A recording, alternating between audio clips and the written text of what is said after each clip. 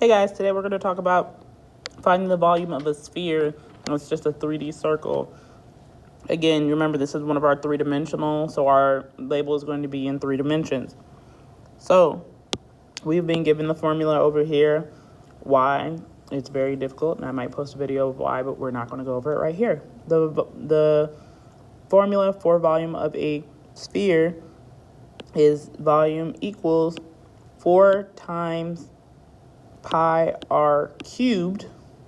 Remember, pi r squared is actually how we find the area, but we have pi r cubed, and then you divide that by 3. And so if our r, remember, is our radius, which is half way through the circle. And you don't have to write this down if you already know this. This is just for the people who may forget.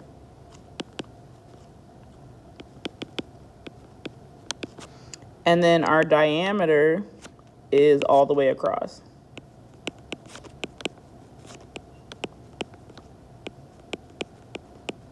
So you remember our radius is equal to half the diameter.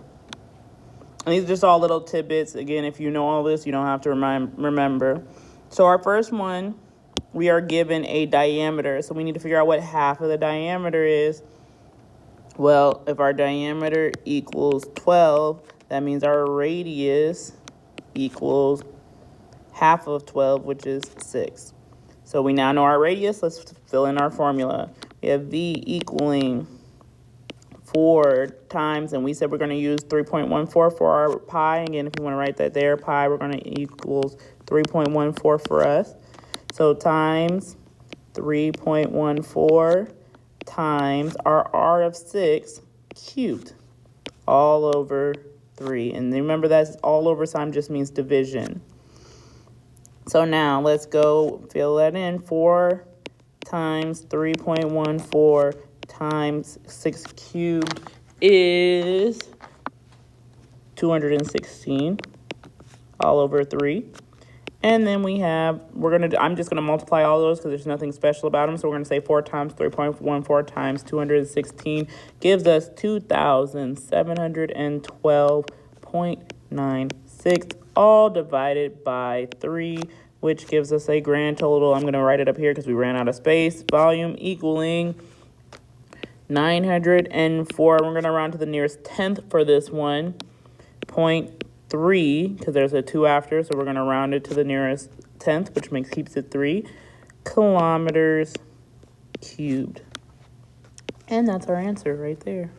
So you need to remember, pay attention what they're asking you to round to. And that's it. You just plug them in. This one we were already given a radius, so we don't have to do the half because it's already a radius. So we would just plug it in as is. So you would plug in for that radius 4 because it's already there. This one already has a radius. This one does not. So you need to figure out what half of it is. And down here, you've been given a radius.